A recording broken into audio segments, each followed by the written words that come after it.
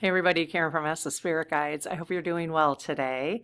So one of the topics I wanted to look at from a spiritual perspective, and well, kind of a human and spiritual perspective, is how have we been conditioned throughout our lives to distrust our inner voice? And the reason I want to have this conversation is so that we can think about that. Is the way I think right now part of my conditioning? And is there some adjustments that would be helpful for me to make once you're aware that that may be where the conditioning came from, right? So we did a call out on the channel. So if you subscribe and you put notifications on, you'll get notified when we do call out for questions. I literally call it that, call out for questions on different topics so that you can add your questions. Now, if you have additional questions while we're talking about this, feel free to, or anything really, you can put it in any video. And every once in a while, we grab all the questions from all the videos and we'll put together a different video answering your questions. So again, it's kind of an interesting topic, kind of a little different, but I'm into exploring these different ways of approaching spirituality and helping us get new perspectives on things. All right. So I've got a little intro like I usually do. And the community asked 20 questions. So we have 20 questions. Well, you might have asked more, but we typically do 20 because that's about the amount of time people can handle listening to me. And so we're going to ask the lead team, okay, their guidance on your questions. All right, so in today's fast-paced world, we often find ourselves second-guessing our gut feelings or ignoring that inner voice that nudges us in certain directions. Yeah, because we're always asking for other people's advice, aren't we? What do you think I should do? Should I do this? You're asking your friends who are getting different nudges than you are, by the way. I'm just thinking of myself. All those times I've done that when my friends were getting different nudges than I was, right? Have you wondered if this experience is just a personal quirk? Could this be the result of long-standing social and cultural patterns that teach us to prioritize external logic over internal knowing, or external needs of others over our own needs? Authority figures doing whatever the authority figures want and feeling guilty. They don't feel guilty. My employers never felt guilty about asking for endless things and endless time. But you know how guilty I felt from time to time? A lot, of not doing certain things in a way that they wanted me to, or the amount of time they wanted from me. So conditioning, I find that interesting. Anyways, that's a whole nother topic. As the collective is making a shift towards taking steps to begin trusting ourselves again, it may be helpful to understand the why on how we got here.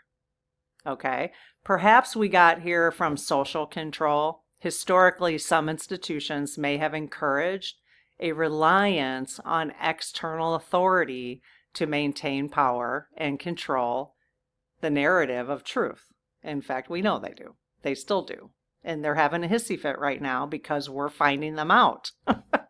We're no longer relying on just what they say, and we're pushing back. And they don't like that. Rational scientific age, modern culture often devalues the intuitive faculty in favor of a strictly rational and objective worldview. So you might have some of that. Survival and fear. Conditioning is often rooted in fear-based patterns where those seeking control use fear to distance individuals from their natural inner guidance and from each other.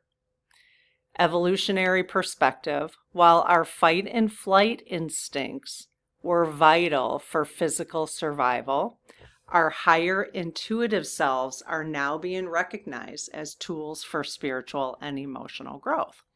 All right, so let's take a look at your questions and see if we can get to the bottom of this.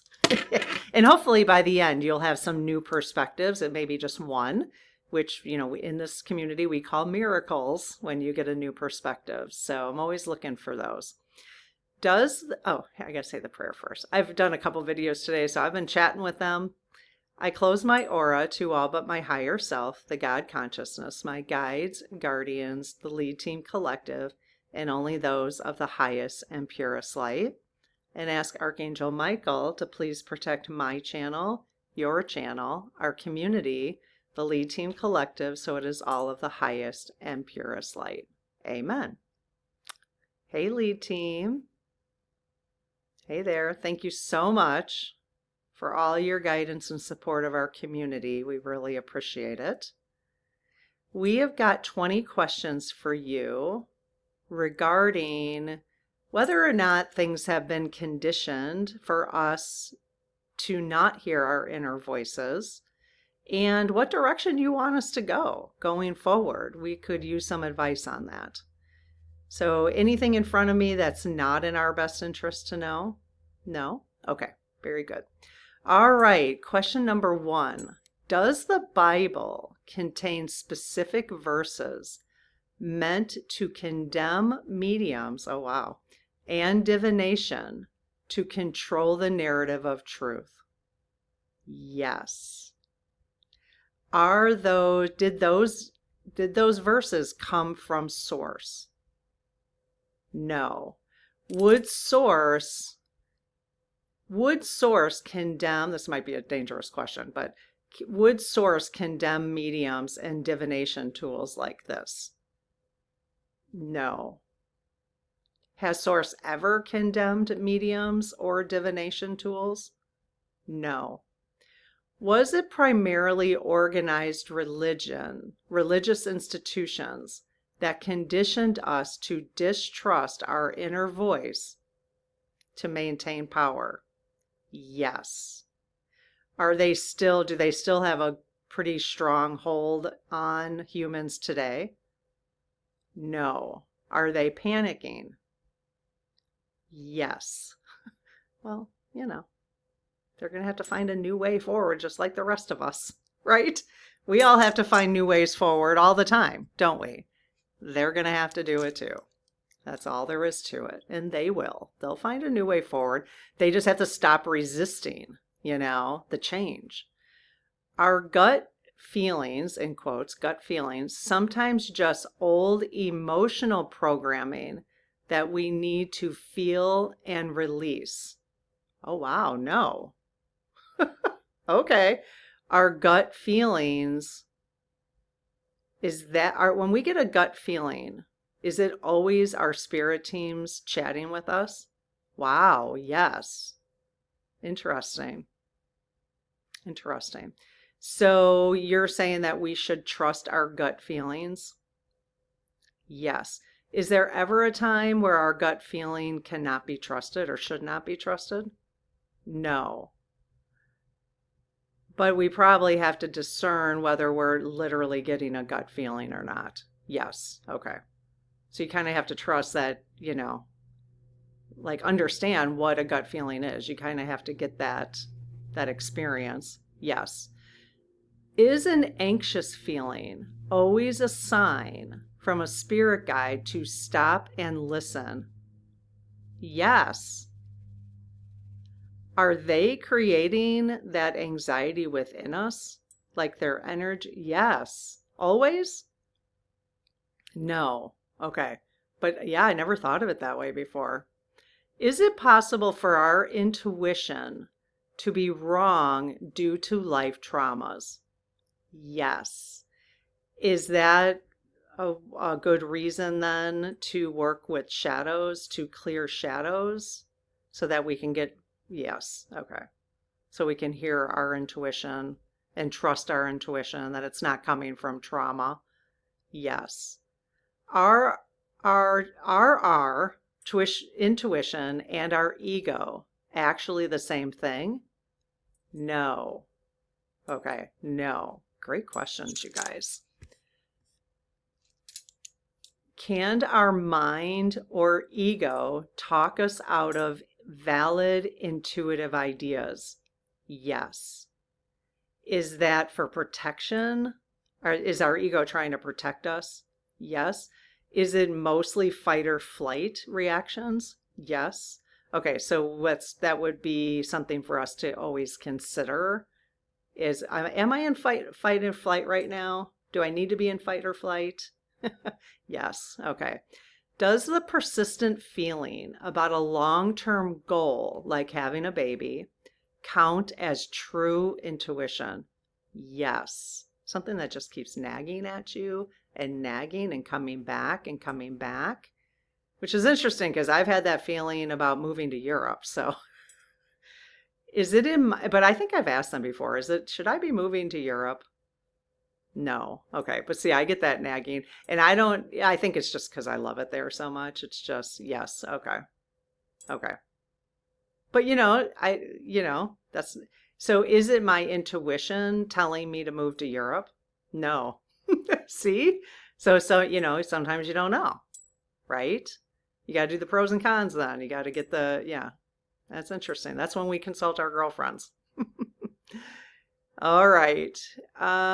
Is conditioning against intuition fundamentally based on patriarchal social structures? Of course. Yes. Yes. And is that really because there's been such an imbalance between masculine and feminine energy on Earth based on the planets? Yes. Okay. So some of that, or most of that, has been uncontrollable. Is that true? Yes. And that's how it's meant to have been over all this time? Yes. And now it's changing with the rise of the feminine energy. Yes. Okay. Great. I'm down for it. Is the distrust of intuition a form of narcissism from those who seek to control us? Yes. Yes. Little suckers. This will be the picture that YouTube chooses when I went, yes. That's the one they'll pick for me they give you 3 options if you don't do your own pictures. Okay. Does our physical diet, such as eating pork or sugar, directly hinder our intuitive abilities? No. Even if we eat too much sugar? Yes. So if we eat too much sugar, would it hinder our intuitive abilities? Yes. Is that because we wouldn't feel good? Yes. Eating pork? No. Eating too much pork would hinder our intuitive abilities? No. Okay. So I know that those who practice Judaism do not eat pork, but I don't know why. I know it's not kosher, but I'm not really sure why they don't. So there might be other reasons for that. Okay. Is a daily spiritual practice the best way to regain a lost connection with guides? Yes. Does it need to be a long spiritual practice? No. What's going on, Luce? She's walking around the tree. I don't know if she's feeling. Let me just check on her. Hang on a sec. She's fine. I thought maybe she was feeling a little constipated this morning, so I wasn't sure if she was having a hard time. Okay. Yeah, so daily spiritual practice. Join us in the spirit circle. It's not daily, but lots of things to think about throughout, and it gives you a little chance to structure some journaling that when it's helpful to come back. Like what I do is I do my structured journaling process with the spirit circle. And then on the days that I'm not recording, I go back to my notes and kind of use that as my spiritual practice to remember things, or to give some thought to certain things. Our spirit guides, there she goes, flexible if we decide to change our daily meditation schedule? Great questions. Yes. Yes. Are they ever inflexible with stuff like that? No. So they can flex with us no matter what? Yes. Okay, that's cool. Can someone reach a state of enlightenment where they can completely avoid negativity? Yes. Okay, you guys, let's do it. Let's do it. Let's do it. Let's do it, do it, do it. Okay, is there one specific practice that works for everyone to facilitate a connection with guides? No. Okay, good to know. Should we prioritize our gut feeling over external tools like a pendulum or dowsing rods when they disagree? Yes. Yes. Especially if you don't trust your tools. If you don't trust them. Yes. Okay, that's interesting. That's interesting. So they told me not to move to Europe, but I got that gut feeling, so they're testing me. Are you going to do it? Are you going to do it? Okay, no, I'm not going to do it. Not at this time, anyways. Do we often miss the hint because we have been trained to ignore subtle spiritual communication? Yes. Yes. You really got to slow down. We got to slow our lives down. We've got to just have more peace in order to feel that, I think. That has been true for me. Self-care. It comes down to that self-care again. I know we're going to get sick of hearing that, but let's not, because we need it drummed into our heads. We really do. Is the modern scientific worldview used as a tool to label intuitive insights as superstition? Yes. Yes. And fear-mongering, maybe, or not fear, well, they're saying yes, or conspiracy theory type stuff, yes. Does fear-based conditioning naturally fall away as we develop our relationship with the divine? Yes. Does that still happen if our relationship with the divine is based in fear? No. Like, you're not going to go to heaven if you don't believe in what I tell you. Yes. Okay, so your relationship with the divine, our relationship with the divine should only be based in love. Is that correct? Yes. So if we are getting messages of fear from those who say they are spiritual leaders, then we should follow our gut instinct and ignore that. Is that correct? Yes. Okay. Or any messages in the Bible. I did ask, I don't think it was this video, but 5% of the Bible, they said, is accurate. So just keep that in mind. Okay. That might be hard for some people to hear, but it's okay. I mean, there's stories, but it's just what 5%, Have we collectively, they're saying yes. Yeah. Have we collectively allowed addictive foods to become a norm by ignoring our body's inner signals? Yeah. And I'll tell you, when I know some of you probably get sick of hearing about this, but I was full carnivore for 5 months, and until like a month ago, I started going more low carb. And now it's so interesting because I've been like, it's around Christmas and stuff, introducing some sweets. And and it's so interesting, like my body just wants steak now. It just wants it. It's really, really interesting. And so I'm instinctive. I feel like I feel like I can listen to what my body needs more than I could before. When I eliminated all those addictive foods for 5 months. I don't know how long it'll stick around, but I'll work on that. But okay, so you guys, I hope this was helpful. My sister put a little 2-sentence closure. Remember to stay grounded in your own journey. Intuition is like a muscle. It takes time and patience to rebuild trust after so many years of conditioning. All right, especially us older folks, we've been conditioned for a very long time.